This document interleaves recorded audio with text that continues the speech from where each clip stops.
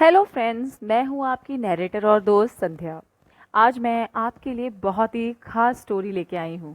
तो चलिए करते हैं हमारी स्टोरी का आगाज़। कहानी का नाम है लाइब्रेरी की वो रात। बात तब की है जब मैं राहुल 10वीं कक्षा में पढ़ता था। मेरी एक बहन भी है जिसका नाम कोमल है, जो उस वक्त कक्षा 7वीं में थी। उस वक्त हमारा परिवार बहुत गरीब था। मेरे पिताजी मकान बनाने वाले मिस्त्री थे और माँ लोगों के कपड़े सिलती थी। मेरे माता पिता हमारी परवरिश बहुत अच्छी तरह से कर रहे थे। वो खुद पर कोई खर्च नहीं करते थे, अपनी ख्वाहिशें तक मार लेते थे, लेकिन हमें कोई तकलीफ नहीं होने देते थे। मुझे हमेशा लगता था कि मैं कुछ बनकर अपने माता पिता को इस गरीबी से हर हाल में बाहर लाऊंगा, चाहे कुछ भी हो जाए। कभी हार नहीं मानूंगा। तब तक तो बिल्कुल नहीं रुकूंगा जब तक कि मैं कुछ बन नहीं जाता। मैं स्कूल में लगातार 7वीं क्लास से फर्स्ट आ रहा था। 10वीं क्लास में भी मैंने बहुत अच्छा प्रदर्शन किया। मेरा क्लास में सेकंड रैंक आया और मैंने 91.2 स्कोर किया। अब मैं 11वीं कक्षा में आ चुका था। 11वीं कक्षा में स्ट्रीम लेनी थी। मैंने अपने घर में सबको बताया कि 11वीं कक्षा से हमें स्ट्रीम में पढ़ाई करनी है। स्कूल में 3 स्ट्रीम्स हैं, ह्यूमैनिटी, कॉमर्स और बायोलॉजी। मेरे पिताजी बिल्कुल पढ़े लिखे नहीं थे। उन्होंने मुझसे कहा कि मुझे जो ठीक लगे मैं वो करूं।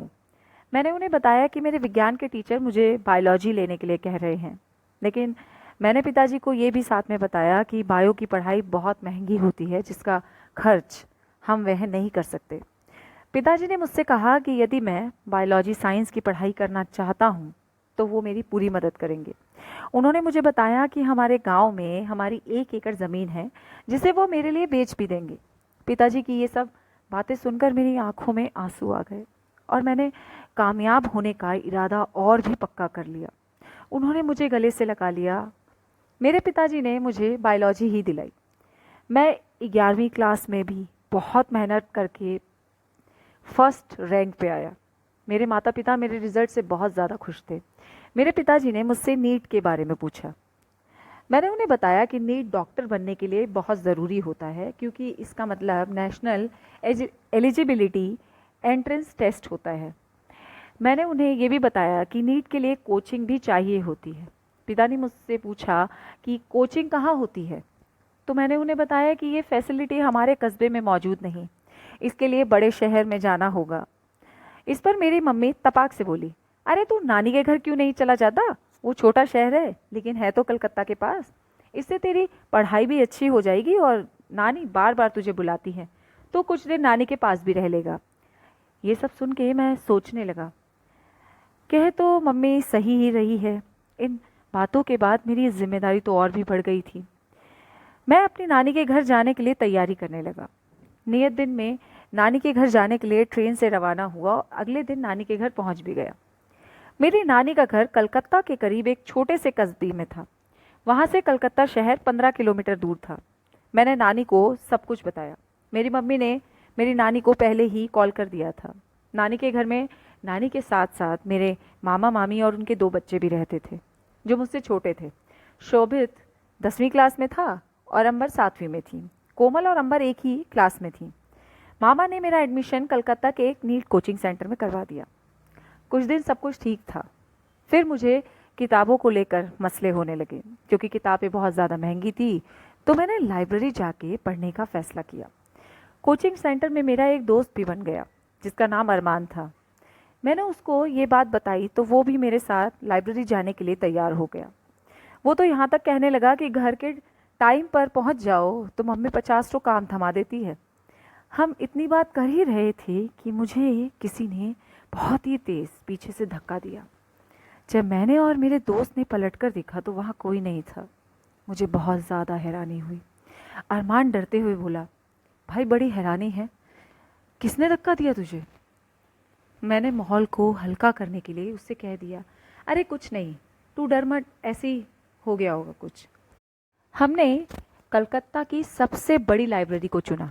अभी शाम के 4 बजे थे। मैं और मेरा दोस्त वहाँ 4:30 बजे तक पहुँच गए।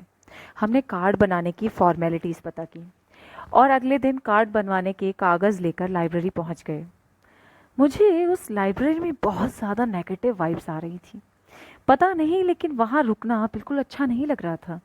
मैंने दोस्त से कहा कि जल्दी घर चलते हैं यार।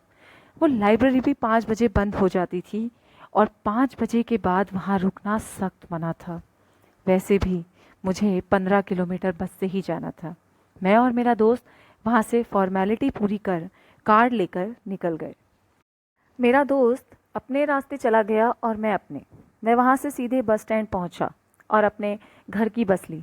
सारे रास्ते मुझे ऐसा महसूस होता रहा जैसे कोई मेरे पीछे आ रहा है और वो मेरा लगातार पीछा कर रहा है। किसी तरह मैं घर पहुँचा। आज की इस घटनाक्रम से मुझे कुछ समझ नहीं आ रहा था कि आज मेरे साथ ये क्यों हुआ, क्या हुआ। घर पर आज मेरे मामा के बेटे का बर्थडे था। मेरी तबीयत कुछ ठीक नहीं लग रही थी, तो मैं नानी से बोलकर अपने कमरे में सोने को चला गया। उस रात मेरे सपने में ऐसे डरावने लोग आए जिनका मैंने पहले कभी भी अपनी ज़िंदगी में नहीं देखा था।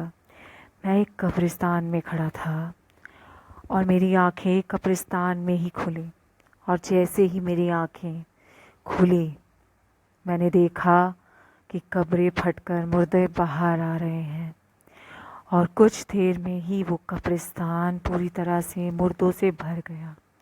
मैं सपने में वहाँ से भागना चाहता था, पर मानो मेरे पैर ज़मीन से चिपक गए हों।